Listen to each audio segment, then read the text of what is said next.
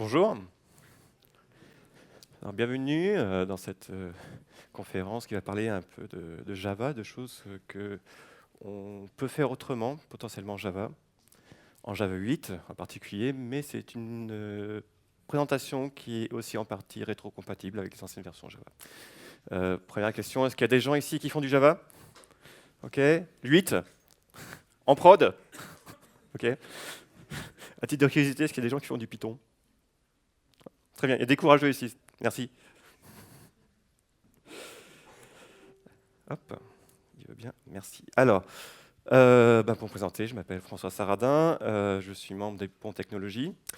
En mission, je joue les développeurs, architectes, data ingénieurs, enfin tout ce que vous voulez, ou presque. Et sinon, j'ai aussi un rôle de manager technique et application, au sens connaissance technique de l'entreprise, c'est-à-dire que j'anime et je demande aux gens d'animer le blog, des événements en soirée, et pousser aussi des événements plus communautaires.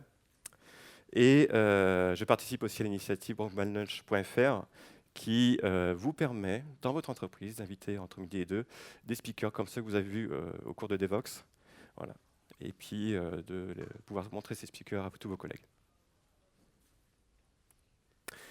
Euh, alors une question que je me pose parfois, c'est que est-ce qu'une pratique, de manière en fait absolue, peut être considérée comme toujours bonne? Je veux dire, on va prendre un exemple. Est-ce qu'il y a des gens encore qui, ici, utilisent des méthodes comme .wet ou .notified? Levez la main. Pas beaucoup. Euh, J'en ai vu un. Par contre, est-ce qu'il y a des gens qui utilisent plutôt Vertix ou AK? Un petit peu plus. Est-ce qu'il y a des gens qui se souviennent de AWT et qui l'utilisent encore? D'accord.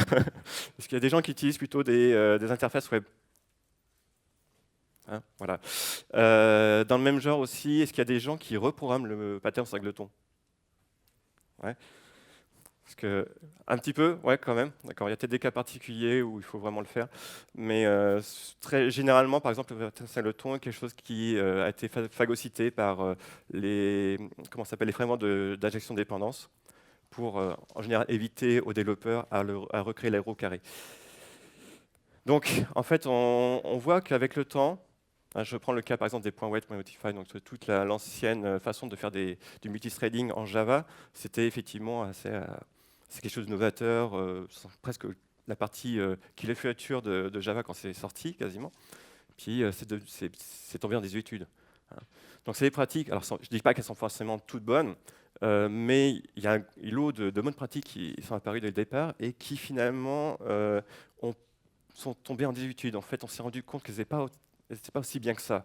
Je prends le cas par exemple du singleton, ça a été surutilisé à un moment donné, on a fait plusieurs versions, des versions qui sont capables de résister à tout ce qui concerne le multithreading, et puis ça donnait souvent des merdes, et du coup on est passé à autre chose. Et pourquoi est-ce que telles choses apparaissent? C'est souvent parce qu'en fait on doit faire face aussi à de nouveaux besoins qui sont de plus en plus ambitieux. Du coup, on doit mettre face à ça des méthodes, des approches, donc des pratiques qui, elles, doivent être de plus en plus efficaces. Alors, comment réussir à avoir en fait quelque chose de plus en plus efficace? Eh bien, il ne faut pas hésiter à innover. Je vais vite déplacer. Il ne faut pas hésiter à innover. Pour ça, en fait, vous avez différentes approches. Il y a une approche qui est, comment dire, promu par Éric Lefebvre, Ardan et Cyril Martraire.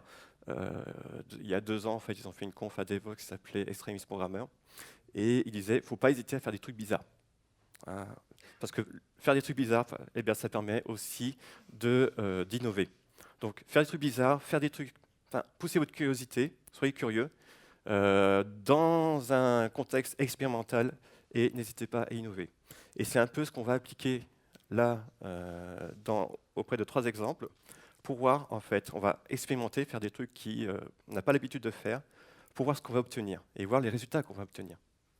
Donc ce qu'on va voir, ah oui, donc ça c'est un peu l'état d'esprit dans lequel on va se mettre. Je ne sais pas si vous connaissez toutes ces émissions, mais voilà.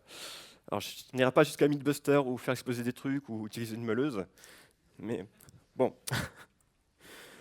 Ce qu'on va faire, par exemple, c'est déjà en Java, faire de l'héritage multiple, premièrement. On va voir un moyen alternatif de gérer des exceptions et on va faire du pattern matching avec du lag polling, hein, parce que vous êtes là aussi pour ça. Commençons par l'héritage multiple. En Java, on sait faire de l'héritage multiple depuis tout le temps. Je veux dire, Java est présenté comme un langage à héritage simple, ce qui est vrai pour les classes. Mais pour les interfaces, ce n'est pas tout à fait vrai. Hein, on peut hériter, on peut implémenter plusieurs interfaces à la fois. Il se trouve qu'en Java 8, on peut rajouter du code dans les interfaces. Comment dire? Interface, un contrat, on rajoute du code dedans. Enfin, ça peut faire peur.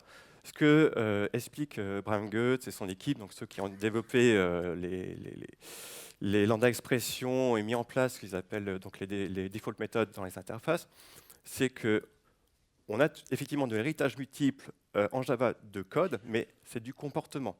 On reste à l'état de comportement. Un objet, c'est quoi? C'est un état plus un comportement. Et l'héritage multiple qui est mis en place donc, au niveau des interfaces, c'est de l'héritage de comportement.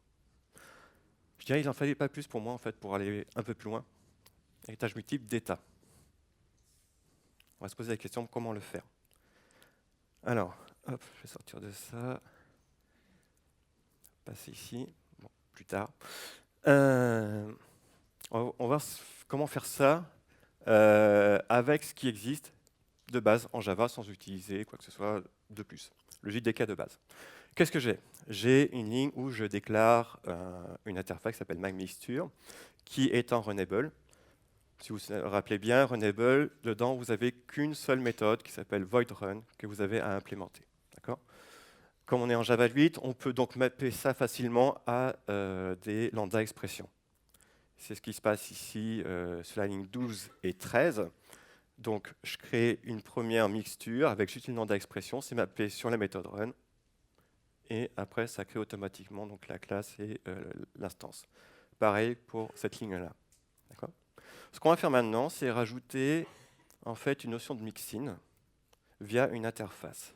Je vais appeler ma mixin with name. Le but, c'est simplement de rajouter à chaque instance de MyMixture un nom. Et on va le faire donc via un mixin. Pour créer mon mixin, je crée une interface donc, qui s'appelle with name. Dedans, je déclare donc deux méthodes. Une première qui s'appelle string get name. Et une deuxième void set name. Donc, on voit déjà qu'on va avoir besoin d'un état qui va être associé donc, à mes instances. Donc, une manière de le faire, c'est déjà de mettre un default pour dire que je vais mettre une implémentation par défaut là-dessus. Voilà, donc il attend quelque chose. Je vais faire la même chose ici. Et donc, pour simuler cet état sans que j'ai à l'implémenter au niveau de MyMixture, on va rajouter en fait une constance de type map. Clé valeur. Alors, en clé, je prends l'instance de withname et la valeur, donc c'est une chaîne de caractères qui va représenter le nom. Je vais appeler ça names.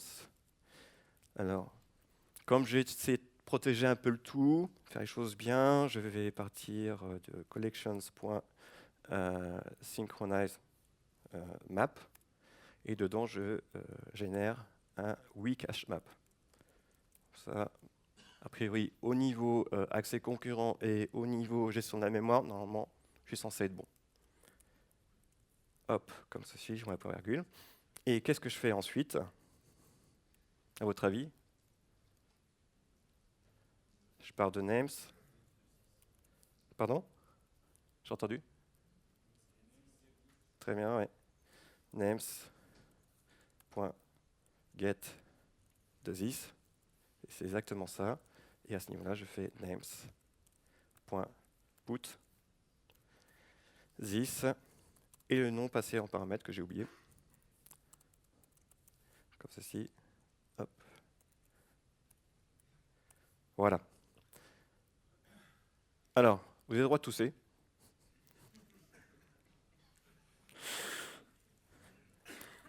je déroule, je vais un peu plus loin. Je fais mixture 1.set name. Je vais l'appeler correctement. Hop, mixture 1. Je duplique la ligne, je remplace les 1 par des 2. D'accord. Et après, je vais faire des system.out.println de mixture 1.getName et la même chose pour le mixture 2. Alors, qu'est-ce que ça va afficher? Il n'y a pas de piège. Mixture 1, mixture 2. C'est parti, compilation. Ouais. Tout va bien. Vous pouvez applaudir. OK. On va aller un peu plus loin. Oh, j'ai une duplication de code ici, entre la ligne 24 et la ligne 25. Je peux peut-être mettre ça dans une méthode, pour le coup. CTRL-ALT. Voilà, alors, on ne voit pas très bien, je vais nommer ça create mixture, comme ceci, tac. Ah, il a vu que j'ai une duplication, donc ouais, je vais pouvoir réutiliser ma méthode. Excusez-moi, je freine un peu, voilà. Donc j'obtiens ça, et qu'est-ce que je vais obtenir? Un résultat, rien à piège. Alors, qui dit mixture 1, mixture 2? Qui dit autre chose? On y va. Mixture 2, mixture 2.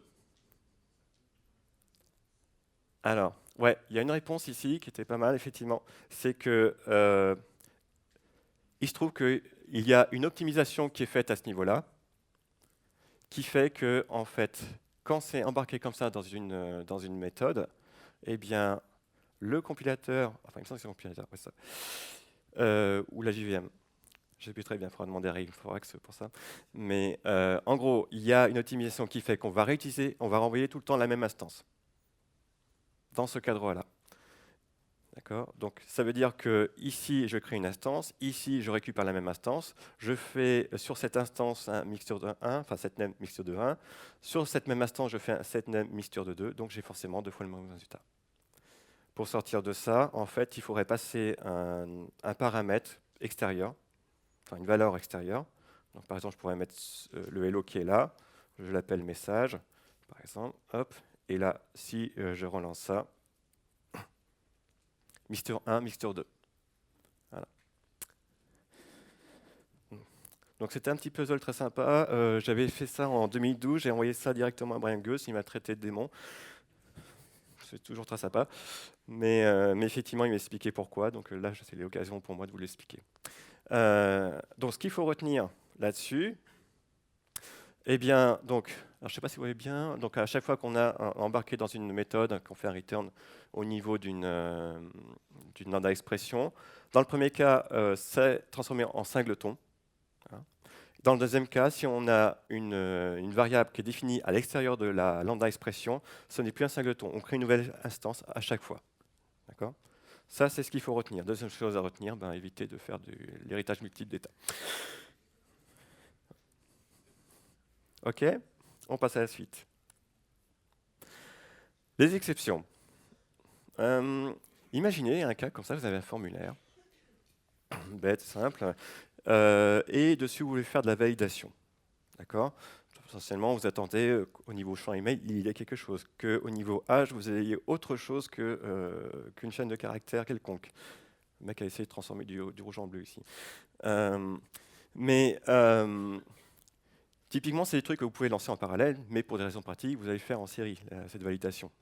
Vérifier le premier champ, deuxième champ, troisième champ, et ainsi de suite. Sauf si vous gérez ça avec des exceptions, vous prenez par exemple le premier champ, il va s'arrêter, vous sortez carrément de votre boucle de gestion de validation, et puis pour revenir, c'est un peu chiant. Enfin, c'est un peu chaud même, je dirais. Donc, la question c'est, existe-t-il une alternative à throw new exception si on veut récupérer l'ensemble des exceptions d'un coup sans qu'on s'arrête à un moment dans le flux de traitement et sans qu'il y ait trop de boilerplate. On va voir ça. Donc, on va voir. On y va. Alors, lui, il est bien gentil. Hop, donc je vais changer, je vais partir sur l'exemple en question. Alors, j'ai changé un peu d'exemple à ce niveau-là. En fait, je pars d'une méthode qui s'appelle toInt, qui prend en entrée une chaîne de caractères, qui fait ensuite un integer value of, je l'ai trimé un petit peu, donc le formater, pour transformer ma chaîne de caractères en entier. D'accord. Si ça se passe bien, donc je vais avoir un optional avec la valeur donnée. Si ça se passe mal, j'ai une exception, et du coup, il me retourne un optional vide. Là, ici, j'ai un exemple. Alors, je vais d'abord vous montrer le cas où ça se passe bien. Donc, c'est pour montrer en même temps le fonctionnement optional. Donc, j'obtiens optional de 42. Si je mets un S, j'obtiens donc optional empty, donc c'est vide. Le seul souci que j'ai avec ça, c'est que je ne sais pas pourquoi ça a pété. Par exemple, si je mets nul, ça va péter pour une raison différente, mais je ne sais pas que c'est différent. D'accord? Alors, il se trouve qu'en cherchant un petit peu dans le monde de la programmation fonctionnelle, je vais partir sur cet exemple-là, vous avez optional, vous avez un autre type qui s'appelle validation. Je vais le créer ici. Classe, validation. Ça prend en paramètre deux types. On peut le réduire à un seul, mais là, pour des raisons que je vais vous montrer plus tard, on peut le réduire on peut le mettre deux types. Le premier, c'est le type de l'erreur. Le deuxième, c'est le type de la valeur qui va être embarquée. Dans le cas d'optional, en fait, c'est la même chose, sauf que vous enlevez le E. D'accord.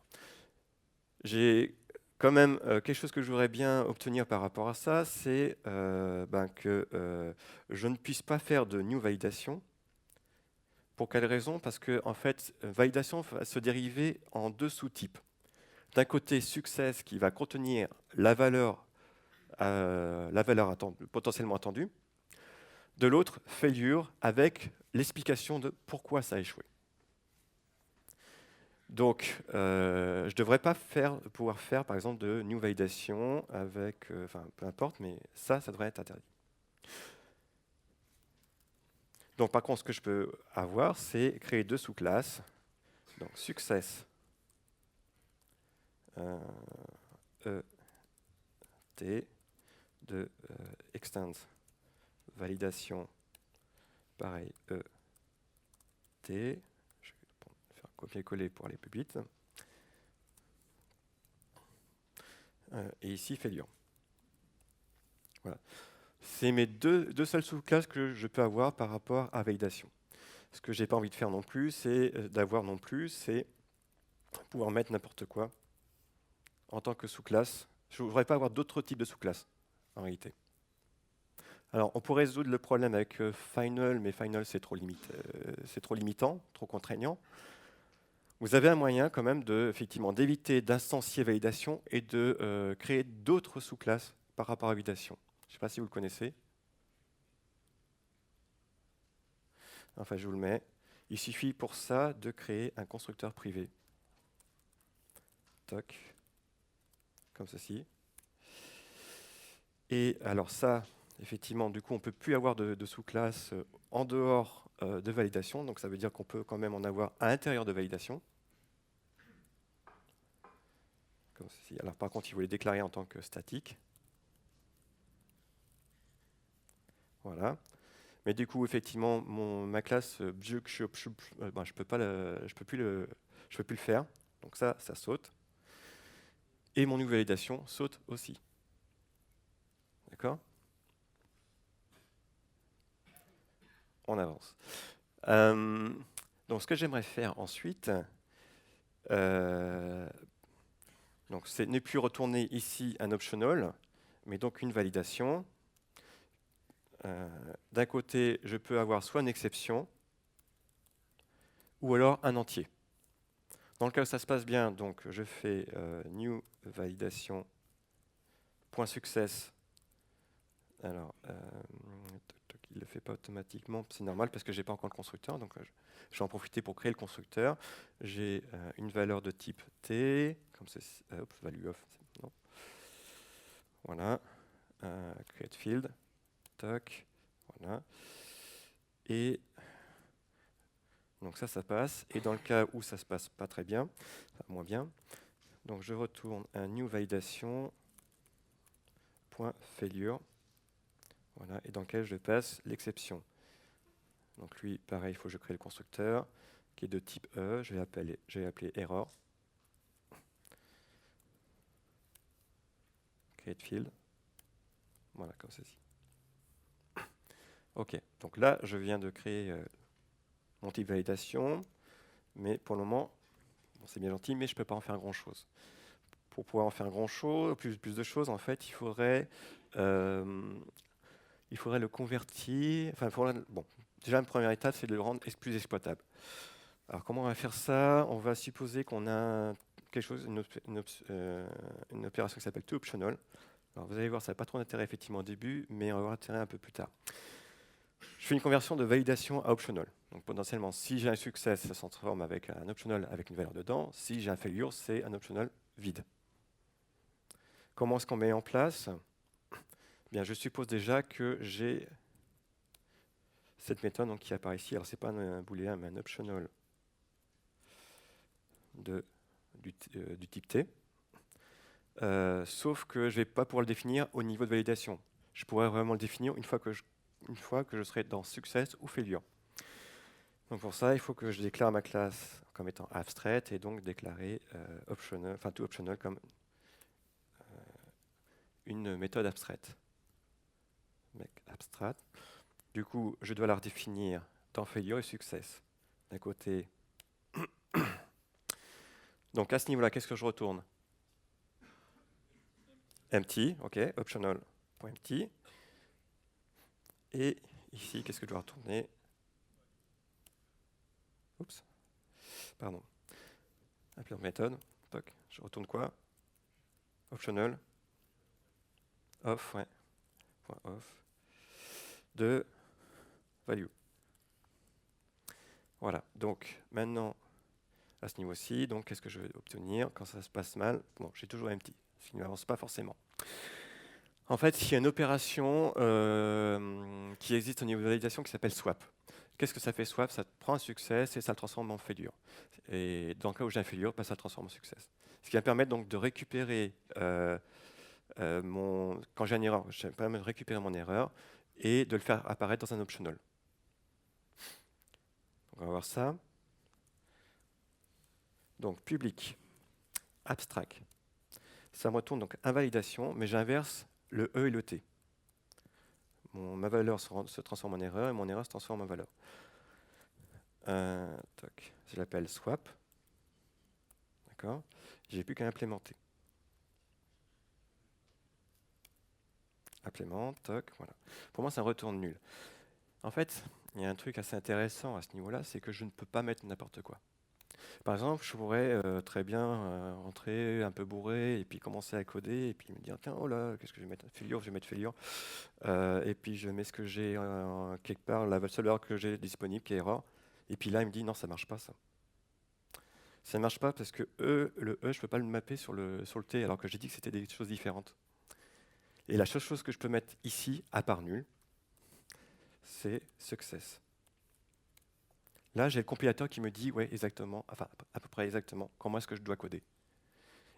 Et on peut même aller plus loin en disant que dans la signature, ici, je dois obtenir un success. On peut faire la même chose hein, pour success.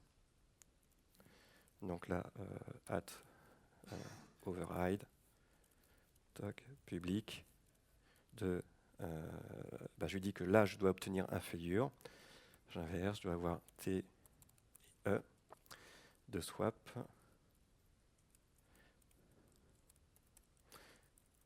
Et donc là, c'est très simple, c'est marqué. J'ai juste à suivre ce qui est indiqué. Je dois obtenir un failure de la seule valeur qui est disponible. Et dans mon scope, la seule valeur qui est dispo, c'est value. Voilà. Donc, mise en application. Soit je fais un toOptional pour voir ce que ça donne, ou je peux en même temps faire un swap et un toOptional. Dans ce cas, qu'est-ce que j'obtiens? On a effectivement l'explication de pourquoi est-ce que ça n'a pas fonctionné. La même chose, si je mets nul, eh bien j'ai une explication qui est différente. Est-ce que ça va? Vous avez le droit d'applaudir.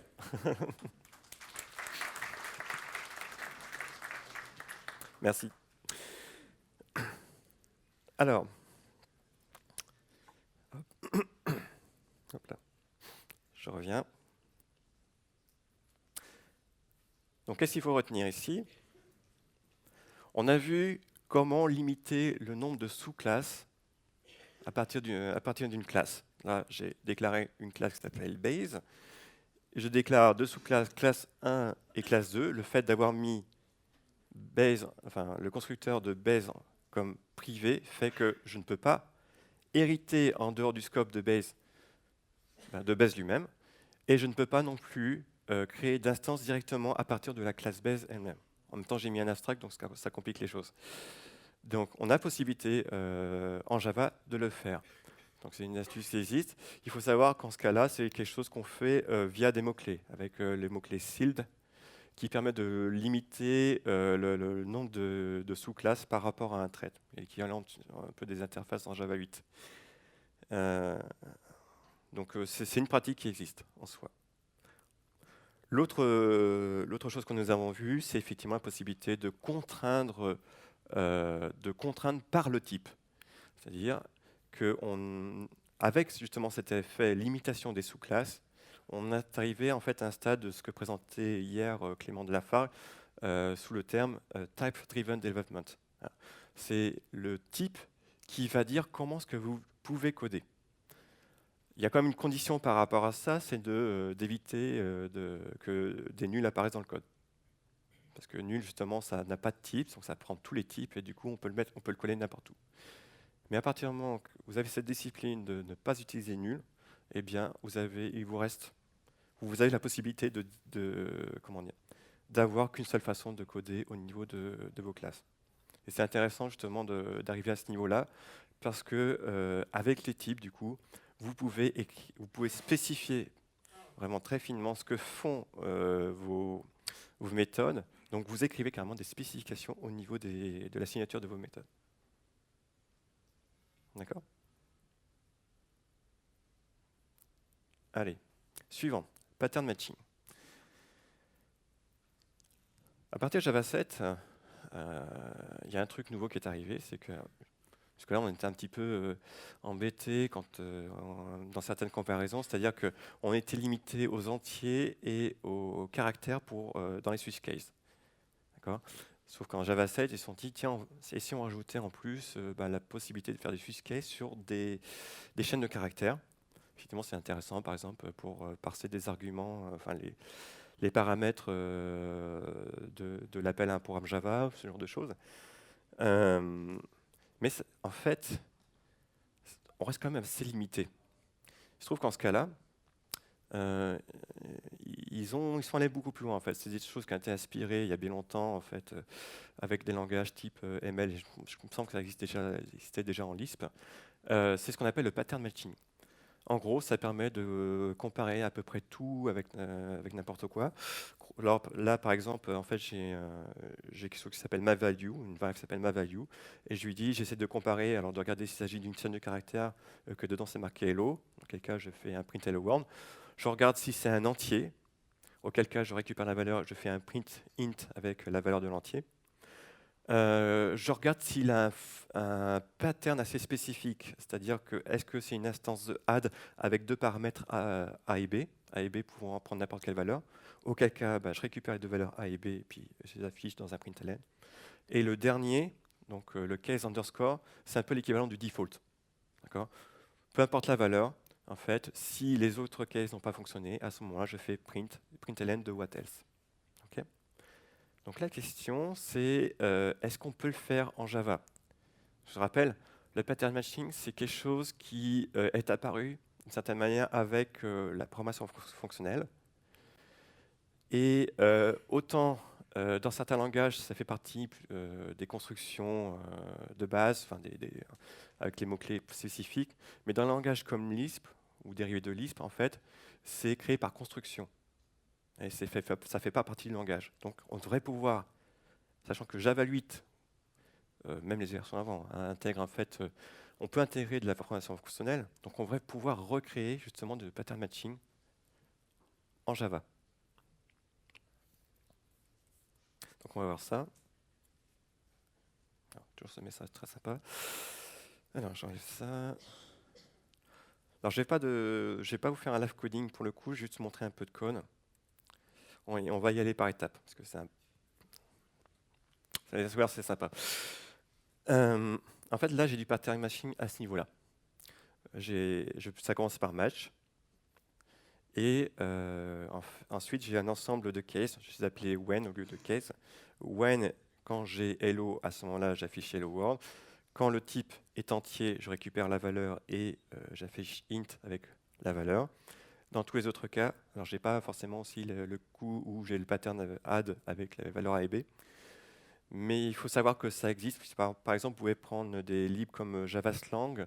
Et il y a une lib qui a été développée par AOL qui s'appelle Cyclops qui permet de le faire. Et donc, dans tous les autres cas, j'affiche what else. Je pars là-dessus en fait avec une liste qui contient la chaîne de caractères hello, un entier 1 et un nombre réel, enfin un double 1,5. Donc cette liste, je la stream, je map donc mon pattern matching dessus et j'affiche les éléments, les résultats un par un. Donc si je lance ça, qu'est-ce que j'obtiens?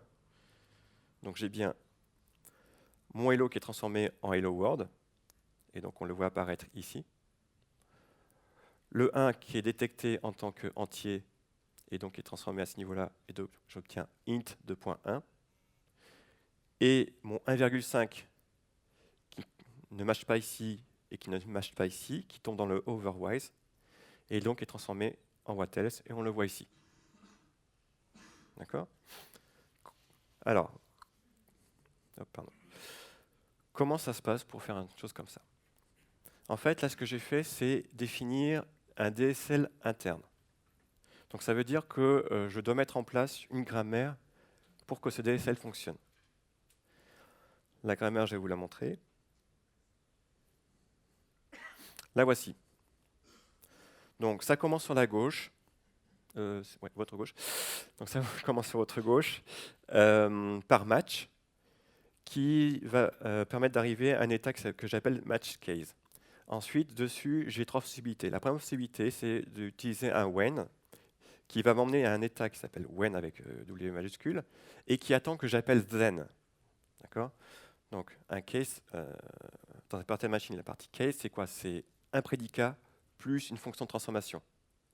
Le when, c'est le prédicat. Le then, c'est ma fonction de transformation.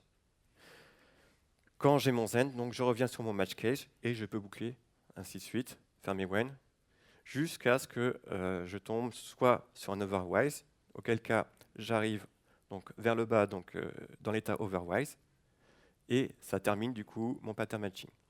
J'ai une deuxième fin, c'est en fait je ne fais pas d'overwise et je termine. Alors on va voir comment est-ce que c'est implémenté.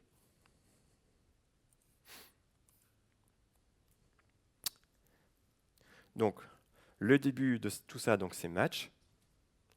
Mon match, tout ce qu'il fait, c'est créer un match case. Le match case, en fait, je le vois un peu comme une fonction qui prend quelque chose en entrée, me retourne autre chose en sortie. Donc c'est vraiment une fonction de transformation. Mon match case, en fait, il va avoir un état dans lequel je vais accumuler au fur et à mesure l'ensemble des cases. Chaque case, qui est ici, c'est, donc, comme je disais, un prédicat et une fonction de transformation. Dessus, sur le case, en fait, je pourrais faire appliquer la méthode isApplicable pour voir si le match fonctionne, si le case fonctionne avec la valeur qu'on m'a fournie. Et dans le cas où la valeur qu'on m'a fournie fonctionne, eh bien, j'ai plus qu'à appeler apply, utiliser apply.